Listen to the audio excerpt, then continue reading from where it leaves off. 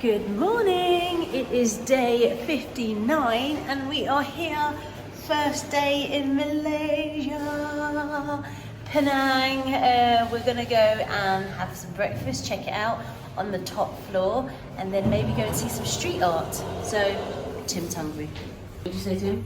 Tim's tired. I don't know, there's not even much of a time difference here, but I feel dead. It's only 1 hour difference. Look at that. Yep.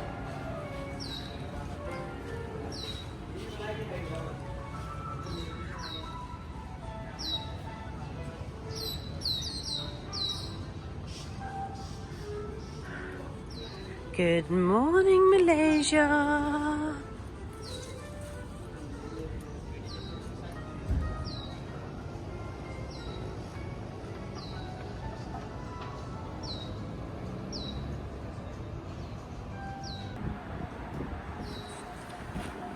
Just waiting to get the okay, so we've come up here and he doesn't have us on the list to be down for breakfast, so we're just waiting. It's taking a while. I could probably just go downstairs in a second and ask, but it's alright. Nice view. It's quite, it's quite hot in the sun. Where we are now is alright. Oh, perfect. Thank you.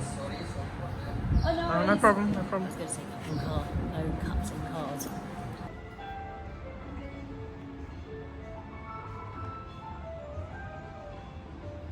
Okay, review on our breakfast this morning.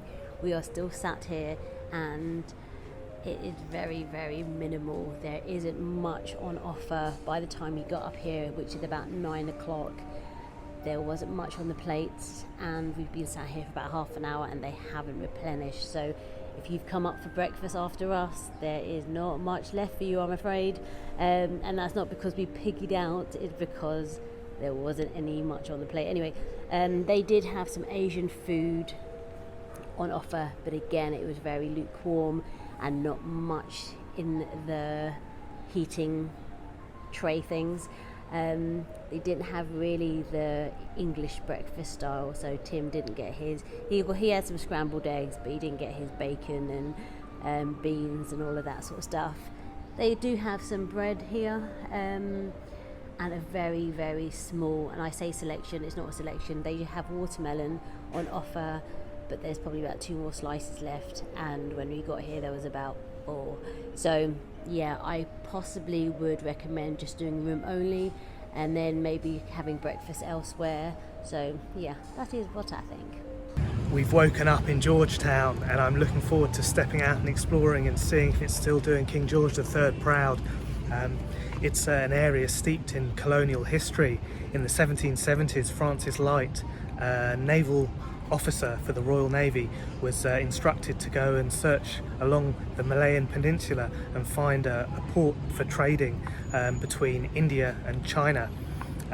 He came across the Sultan of Kedah, who was under constant threat from being deposed and attacked by neighbouring Burma and Siam, and a deal was made in 1786 to secede Penang to the East India Trading Company.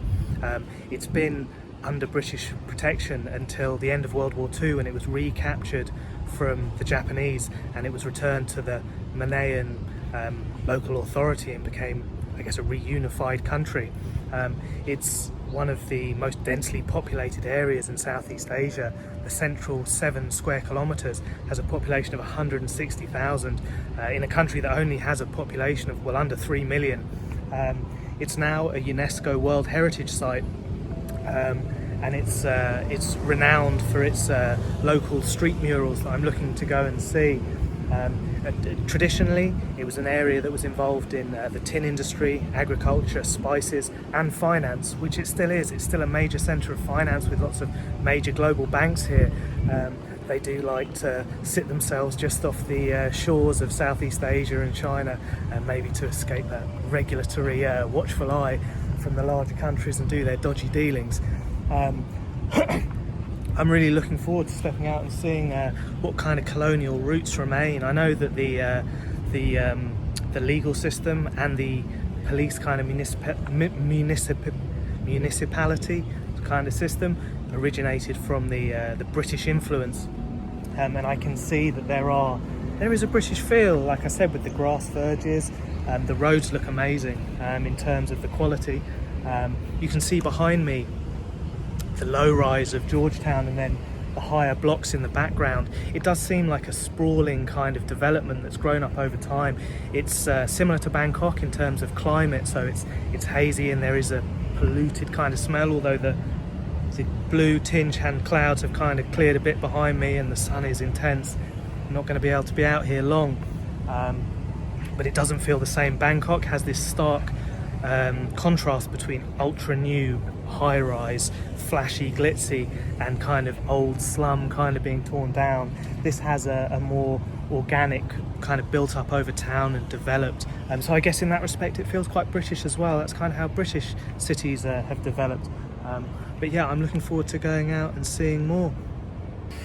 And I'm wandering around like a headless chicken again, heading for the toilets instead of the lifts. I don't know how I managed to do it. It's your influence, Sarah. My influence? I'm really good. Tim always gets the boss. I don't know. When I'm on my own, I don't. No, when we're back in the UK, when we go round to the forest, you can navigate. But when we're in cities, I'm a city girl.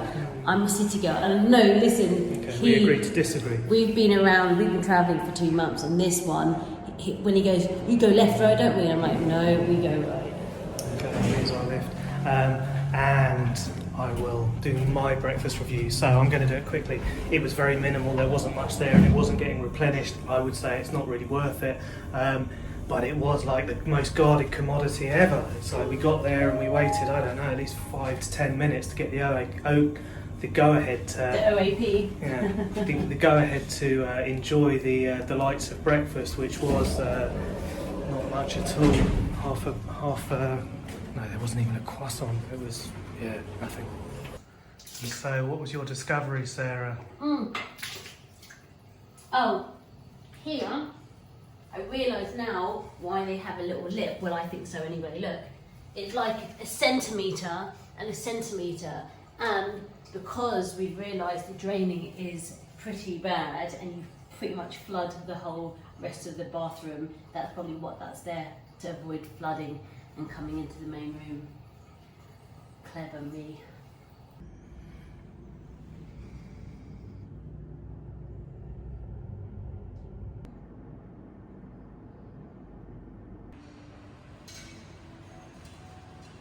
And so the madness continues 3 years later.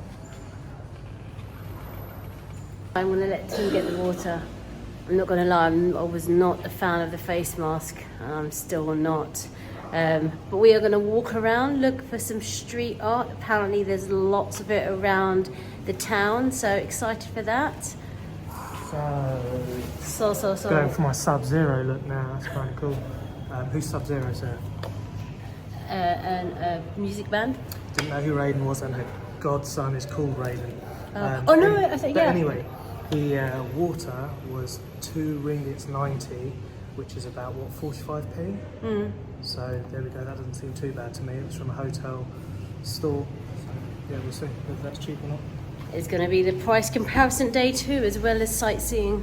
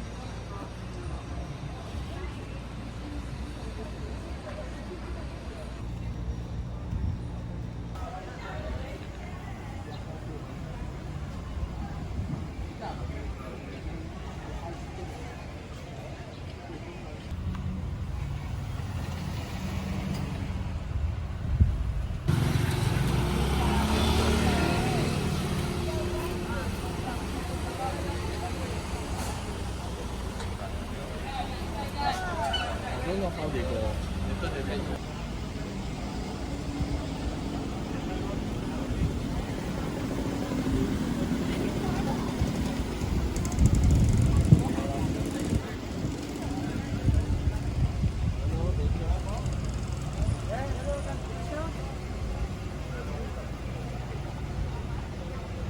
Look how cool these are.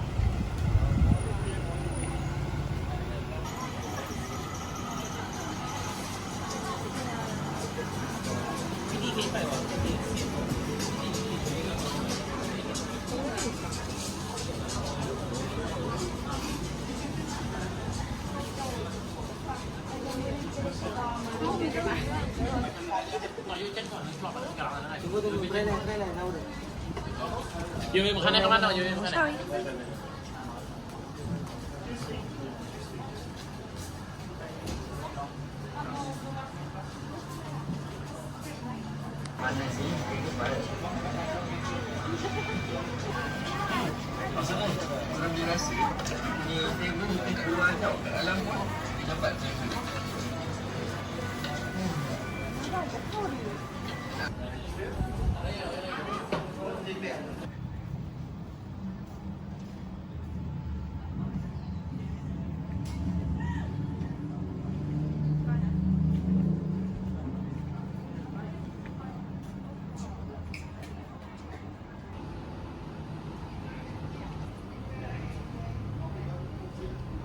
So we have found the Instagrammers, the light, TikTok galore going on. It's photo op after photo op. You have to queue to get your picture with whichever portrait you want to get. Yeah, no, it's so interesting though. It's really nice just to kind of walk around. On the map there are kind of the famous ones, but then you kind of check out, there's some new ones that spring up and things that aren't on the map. So yeah, it's really interesting. I really like it. So it looks like this is part of their UNESCO World Heritage bid, was the regeneration of these back lanes, and I think a proponent of that is definitely the street art.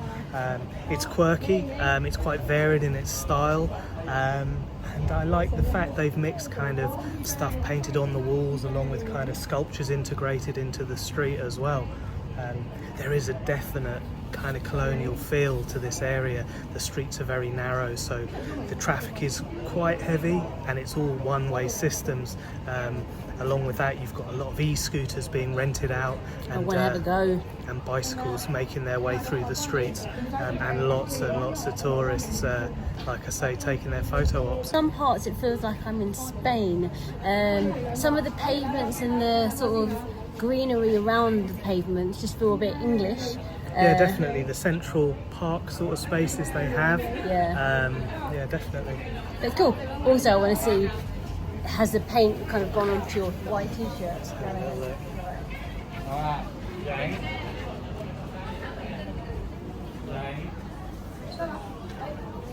Supercalifragilisticexpialidocious.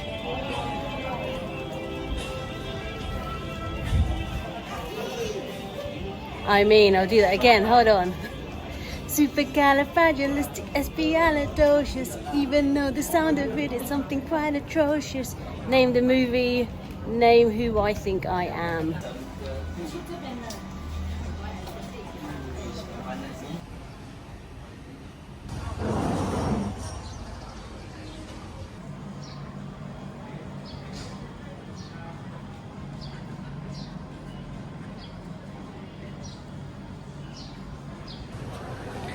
Hana, Hana, Hana, just for you.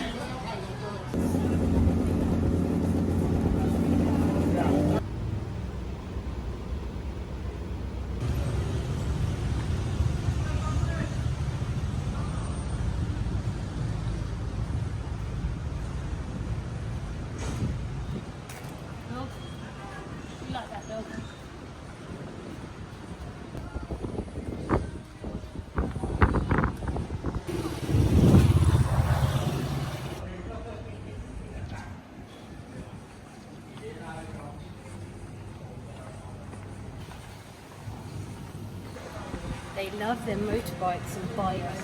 Anything on wheels, they love it down there.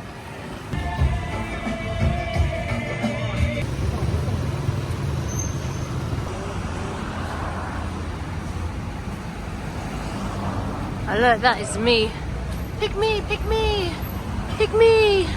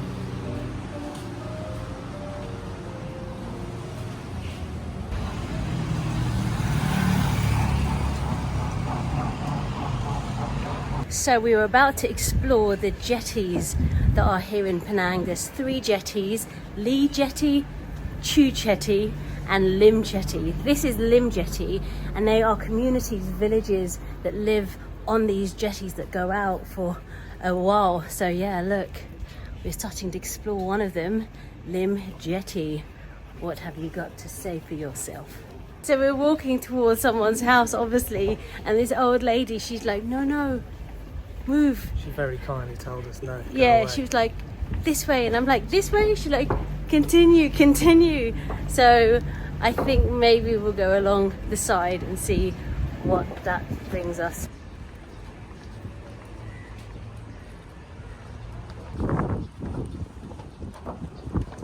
It's down there, welcome. Should we go in here? Let's see.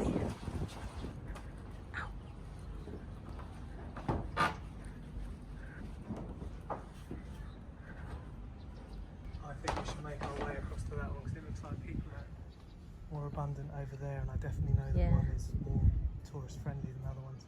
Chu Jetty. Let's try that one. Let's go to Chu Jetty.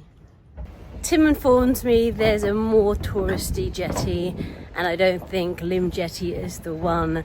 The poor lady was like, what are you doing here? So yeah, we're gonna go over to the next one across, Chu Jetty.